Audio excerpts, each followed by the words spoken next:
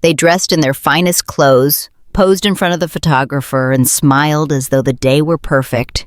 And me, I was pushed to the side. They made sure I wasn't in a single photo, as if erasing me from the pictures would erase me from the family. Tell me, have you ever been left out of a moment you had every right to be part of, only to discover you were holding the one thing that truly mattered? Share your story in the comments. I'd love to hear. Now let's get straight into today's tale. The wedding day should have been beautiful, and in many ways, it was. The music, the flowers, the laughter filling the hall. But beneath all the sparkle, a quiet hurt began to grow inside me. I arrived early, dressed modestly but neatly, ready to celebrate. I thought of all the years I had invested in this family, all the sacrifices, all the late nights and early mornings making sure everyone else was cared for. I thought surely today would be no different. I would be part of the celebration, woven into the memory of it. But when the photographer began arranging the groups for photos, I noticed the small, sharp looks exchanged among the younger ones. My name was never called. My place never offered. "Let's get one with the cousins," the photographer said. "Now one with the aunts and uncles." "Okay, just the siblings." Each time I stepped forward slightly, waiting for someone to gesture me in. No one did. Instead, I heard the whispers. "She doesn't need to be in this one. It's fine, just let it go." At first, I told myself it didn't matter, that photos were just paper, that memories lived in the heart. But as the day went on, the exclusion became deliberate. Each group formed without me. Each smile was captured while I stood in the background, invisible. The final sting came during the big family portrait, the one that would hang on walls, sit in albums, be shown to children and grandchildren in years to come. I stepped closer, only to be gently steered aside by a relative's hand on my arm. "Not this one," they whispered. And just like that, the shutter clicked, sealing my absence in black and white. I smiled politely, hiding the crack in my chest, but inside, I burned. Because it wasn't about the photo, it was about what it symbolized. They wanted me erased. That night, when I returned home, I sat in the quiet kitchen, still dressed in my wedding clothes. I looked around at the walls lined with photographs of birthdays, holidays, family dinners, all the moments I had been central to. And I whispered to myself, they think they can erase me from the picture, but they've forgotten the picture isn't the only thing that matters. Because tucked safely in my drawer was something far more permanent than a photograph, something they couldn't stage or control, the will, the inheritance, the final word left behind by someone who had valued me far more than the children who now dismissed me. And in that moment, the sting of exclusion began to soften, because I realized they may cut me out of their photos, but they could never cut me out of the legacy. In the weeks after the wedding, the photos began to appear online. Perfectly polished albums, smiling faces, carefully arranged groups. My phone buzzed with notifications as relatives tagged one another. I clicked through them one by one, and with each swipe, the ache in my chest grew heavier. There they were.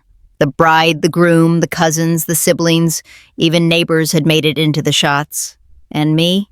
I was nowhere, as though I hadn't even attended. I stared at the screen late into the night, the glow of the phone reflecting in my tired eyes. My daughter's laugh rang in my memory, the same laugh that once echoed in this house when she was a child, when I tucked her into bed, when I stayed up sewing dresses I couldn't afford to buy. And now she had stood silently as I was brushed aside, erased from the story. The pain wasn't just about being excluded. It was about what it meant. To them, I was no longer part of the family's present or its future. I was a shadow of the past, someone to be tolerated, not honored. I replayed the moment in my head, the photographer lifting the camera, my step forward, the gentle hand steering me away, the casual cruelty of it. And I wondered, did they truly believe that pushing me aside would make me invisible? The irony was sharp, because while they posed and smiled, Thinking the photos would tell the whole story, the truth sat quietly in a folder in my desk. A truth written years ago, signed and sealed by someone who had loved me without conditions. The inheritance. It wasn't about the money, not really. It was about what it represented. Recognition, gratitude, proof that someone, once, had seen my worth and wanted to ensure I would always be remembered. That folder had been sitting untouched for years, tucked between old letters and keepsakes. But after that wedding, I found myself pulling it out late at night, running my fingers over the crisp pages. My name was there, printed clearly, unshakable. It didn't matter if they cut me from their photos. This was the legacy that would last. And I began to realize I didn't need to fight for a seat in their snapshots. Time would do the work for me. One day soon, they would open those papers and see whose name carried weight. But still, the wound lingered.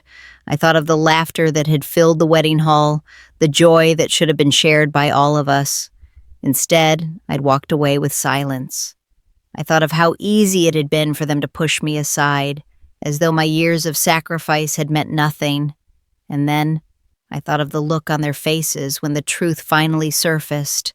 They had taken me out of the photos, but the inheritance, the part of the story they didn't see coming, would put me back in the frame in a way they could never crop out. It didn't take long for the whispers to begin.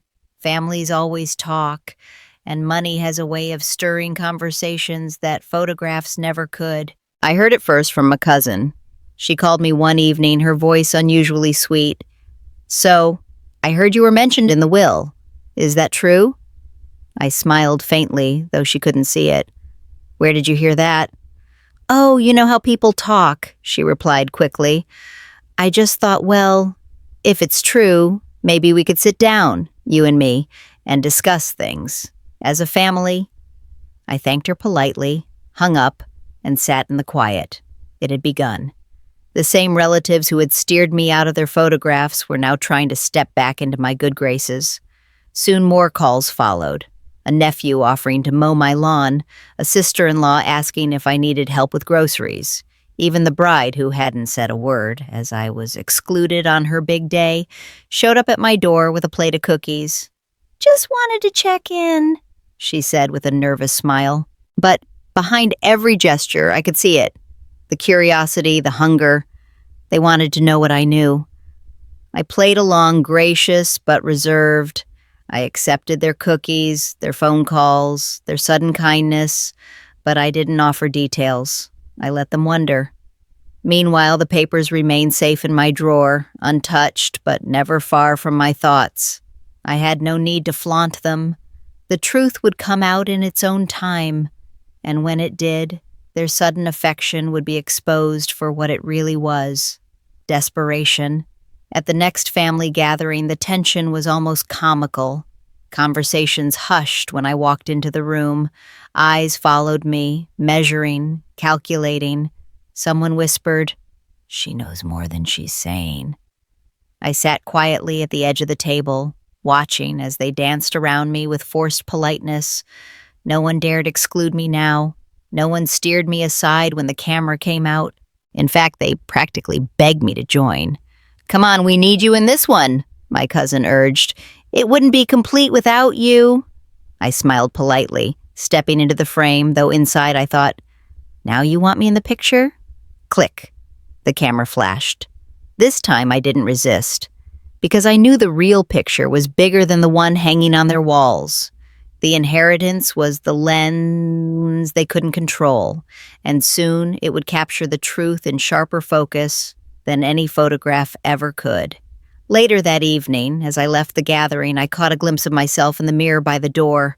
For the first time in a long while, I didn't see the woman they had tried to erase.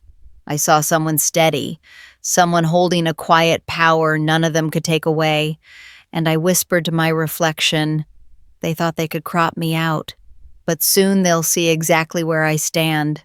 The day of the inheritance reading came quietly, without the fanfare of a wedding or the chatter of family gatherings. Just a small office downtown, papers stacked neatly, a lawyer waiting behind a polished desk. I sat near the front, calm, hands folded in my lap. Around me, the same relatives who had once pushed me out of the photos now filled the room with restless energy. They whispered among themselves, eyes darting toward me, voices hushed but urgent. She probably won't get much. Well, maybe just a token. She's not really central to things anymore. I let their words wash over me, my face unreadable. Inside, though, I already knew what was coming. The lawyer cleared his throat, adjusted his glasses, and began reading. Line by line, the will unfolded, not with vague gestures, but with specifics, properties, accounts, keepsakes. And then, the moment that shifted the room. "To Margaret," he read, his voice steady. "For her years of loyalty, dedication, and sacrifice, that goes the primary share of the estate, including the house and accompanying assets." The room went still. I could almost hear the air leave their lungs.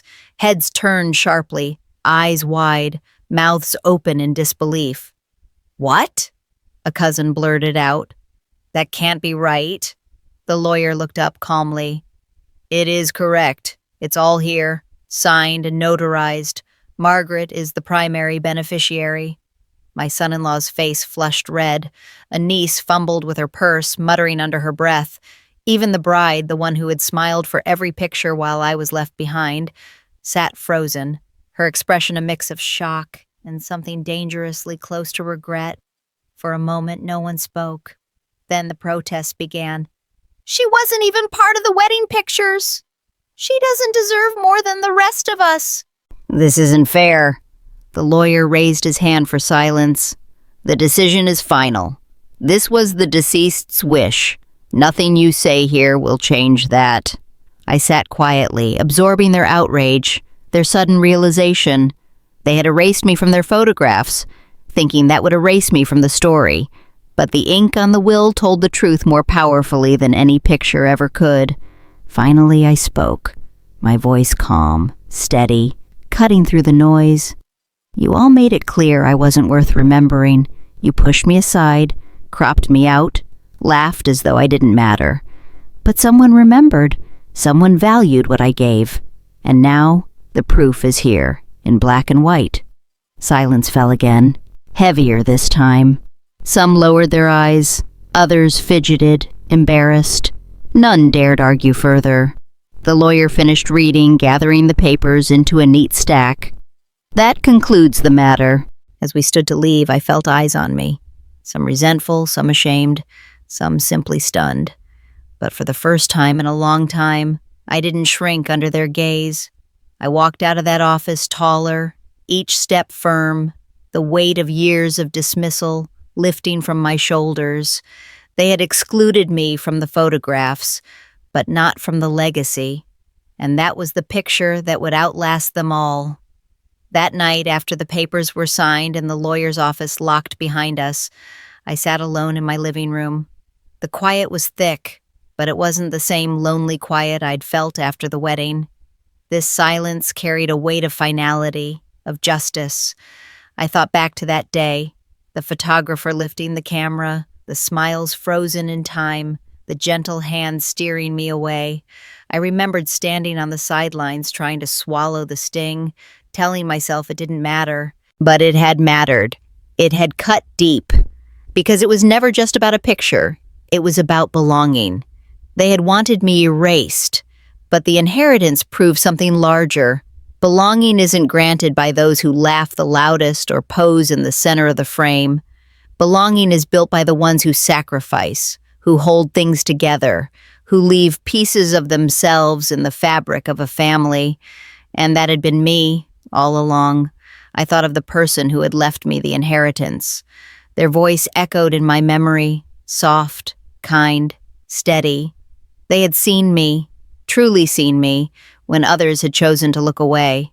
And with one decision, they had ensured I would never be erased, no matter how hard anyone tried. The more I sat with it, the more I realized it wasn't just about money or property. It was about dignity. It was about proof that even when people push you aside, your worth doesn't vanish. Sometimes it just waits, quietly, patiently, until the moment comes when the truth can no longer be denied. And oh, how quickly their tune had changed. The same relatives who once rolled their eyes, who spoke over me, who kept me out of their precious photos, suddenly they wanted me in every frame, every conversation. Their politeness wasn't kindness. It was recognition, forced and awkward, but recognition all the same. Part of me wanted to gloat, to laugh, to wave the papers in their faces and say, "Now do you see?" But as I sat there, I felt something different. Not gloating, not bitterness, just peace, because the truth had spoken for me. I no longer needed their apologies. The inheritance itself was the apology, signed and sealed. And the silence in that lawyer's office, the shock in their eyes, that was enough. I leaned back, closing my eyes, and thought of all the photos I'd been left out of. Someday those pictures would fade. They'd sit in dusty albums, tucked away in drawers, forgotten. But the legacy I'd been given, the house, the assets, the recognition, that would last.